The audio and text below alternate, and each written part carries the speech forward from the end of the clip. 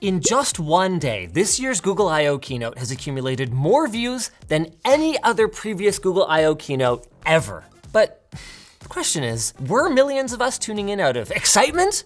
Or was it out of existential dread? See, only 0.2% of the people who watched smashed that like button. And to put that number in context, this is one of the most hated videos that we've ever uploaded to our channel. It still managed over 27 times the positive engagement. However, none of that means that the tech that was on display wasn't objectively very impressive. Google showed off everything from AI-assisted search that can create bespoke animations to help explain complex subjects, to a new intelligent shopping cart that can monitor for product availability and deals across the known universe, and even go as far as to just buy things for you within the parameters you set. I think the one that blew my mind the most, though, was when they used Antigravity 2.0, backed by their new Gemini 3.5 Flash model, to break down and tackle the incredibly complex task of creating an operating system that they then used to run Doom live on stage. Oh, and then there's Omni, which is Google's new super multimodal world model that can ingest basically any input, text, pictures, videos, whatever, and then turn it into basically any output you want according to your prompt. Google's vision for the future is that at every touch point, search, Android, even YouTube, where AI search is rolling out right now, they're gonna combine their AI's general knowledge and context with all the data they've collected about you personally and your life, and then turn pretty much everything they serve you into a personalized experience. I mean, why search when you can just talk to your AI? Why download an app when you can just have your AI create and deploy one for you? Why segue when the AI can tell you about our sponsor? A man obsessed with computers, yet overlooking the most comprehensive vehicle combat game that can be played with them. Over 2,500 tanks, planes, helicopters, ships, and 95 million others playing on consoles and mobile too. The question that remains is if he or you will join them for free in War Thunder.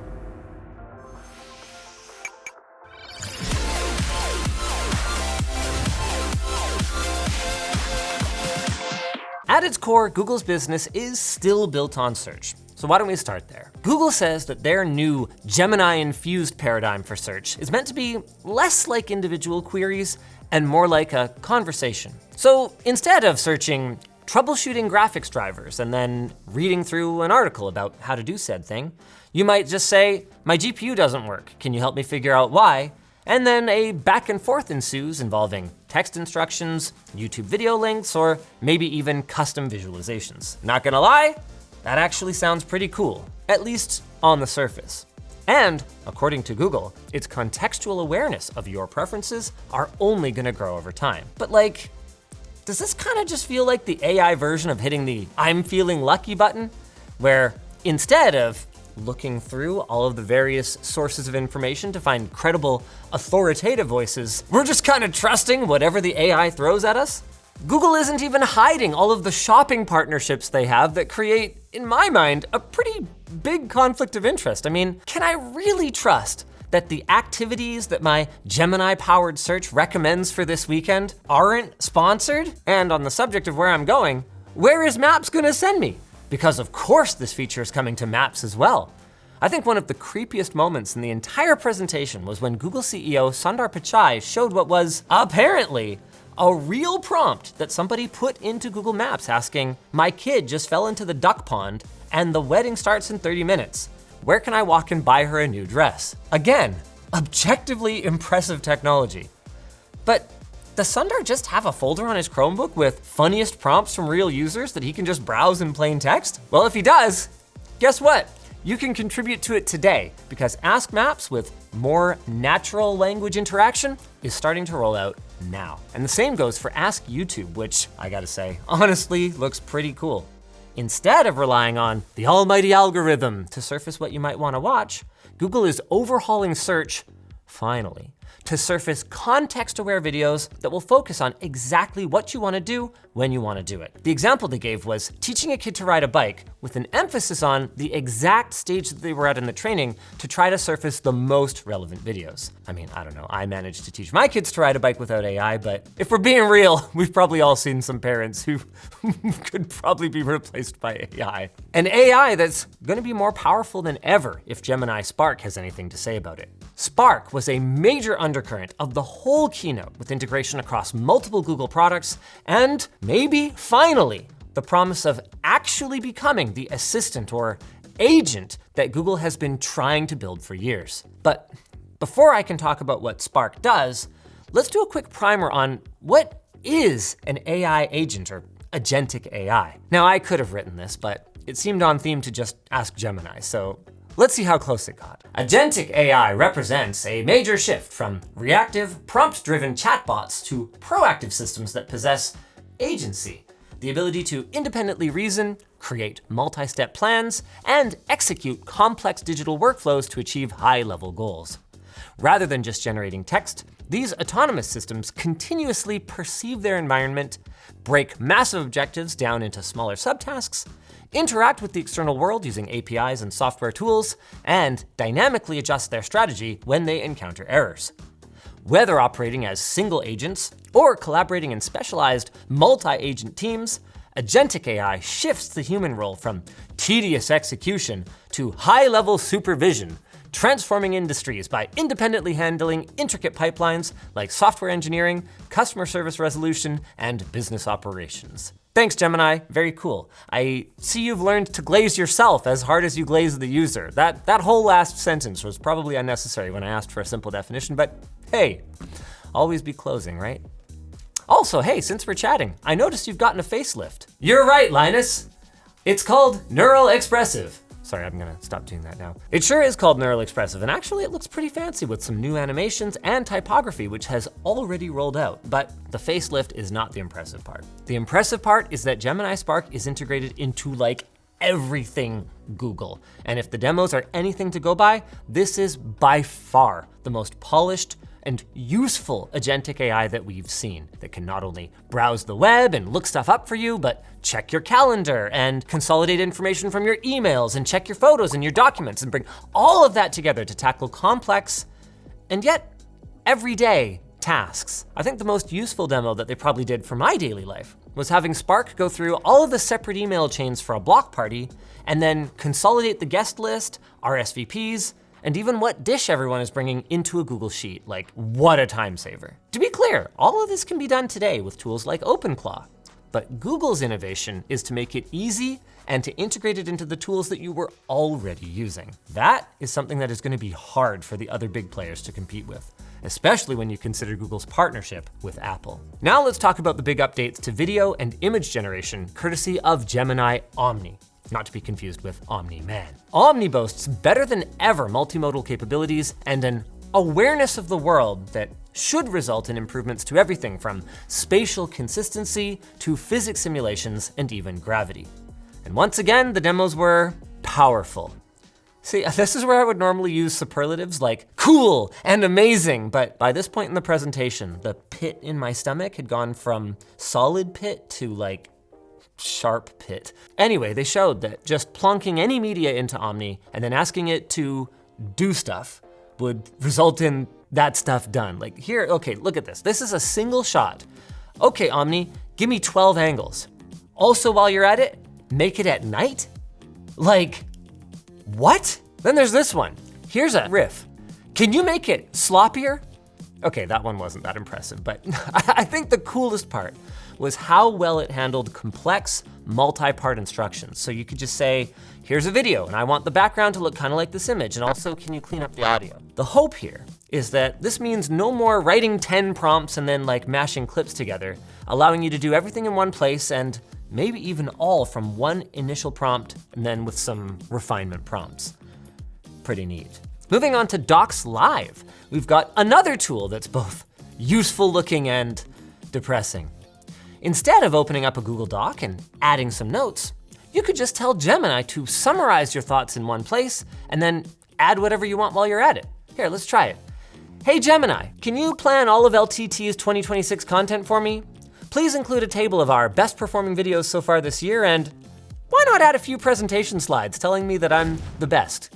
Could you do that pretty please? No, I'm joking right now, of course, but in the future, I paused the video so that I could actually read and look at some of the quality of these outputs that they were doing live on stage. And if they were honest about that, I guarantee you that as we move forward, many of your favorite creators will be doing just that. I mean, it's amazing how much AI they're building into YouTube. This wasn't part of I.O. today, but YouTube's relatively new Catch Me Up on This Video tool spits out shockingly relevant suggestions for like follow-up content, for instance. Moving on from that though, let's talk about shopping. Google's intelligent shopping cart envisions a future where you can just browse any store, anywhere on the web, and just add an item to like a universal shopping cart. And while they're at it, why bother using a store?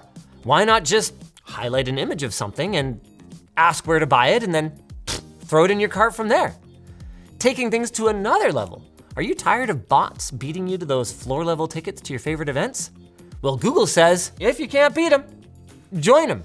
Because now you could say, hey Gemini, can you buy me tickets to the upcoming Angine de Poitrine concert as soon as they go on sale? And it'll scan the web in the background and let you know as soon as it's ready to pull the trigger. They also boast that it can save you time and money by looking for deals proactively or analyzing your cart for incorrect items like this CPU and motherboard, and then even placing orders on your behalf. Will I give my credit card to Google when it rolls out then?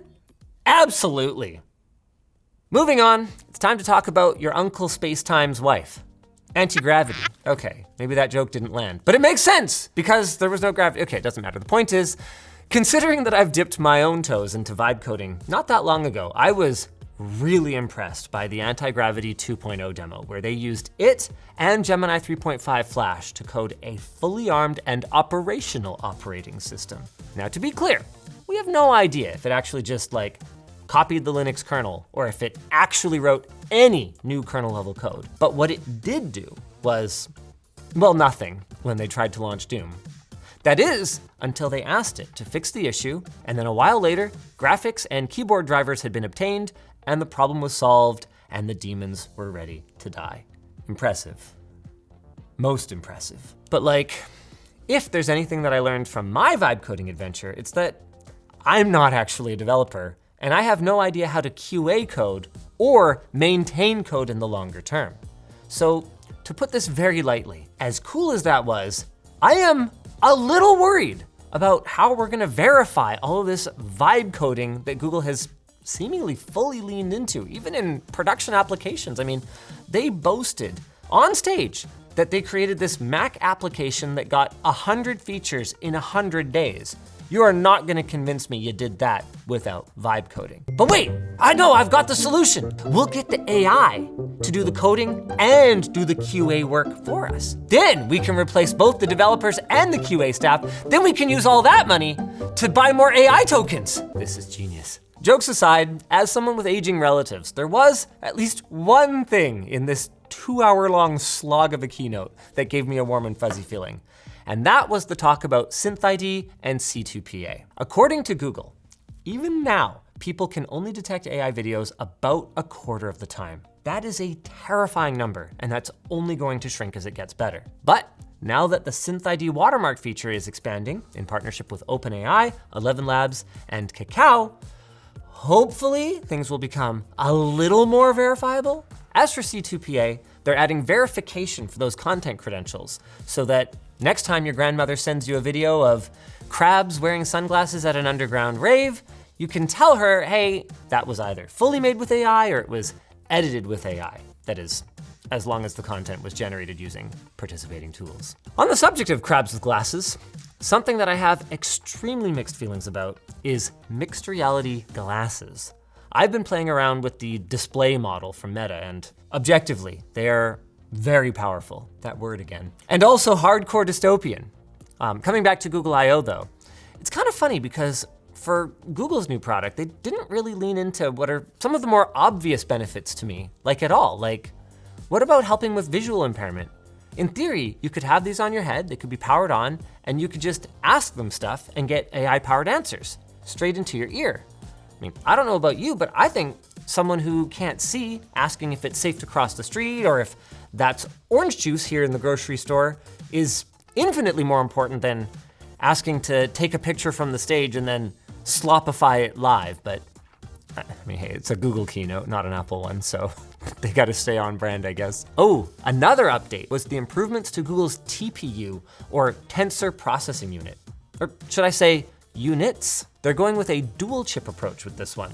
The 8T is gonna be specialized for training, and the other, the 8I, is specialized for watching you everywhere. Sorry, the I is actually for inference. It's good for inference. Both of these chips got some decent generational performance and efficiency improvements, which is neat, but the real jaw dropper was their talk about seamlessly distributing training across multiple data center sites, helping to overcome the power and performance limitations of individual data centers. This gives Google the largest training cluster in the world using technologies like JAX and Pathways, bringing us, yes, one small step closer to the singularity. Not for us, of course, just for the machines. And if you weren't scared already, well, I've got good news, everyone. All of this stuff is either already out, launching this summer, or coming later this year.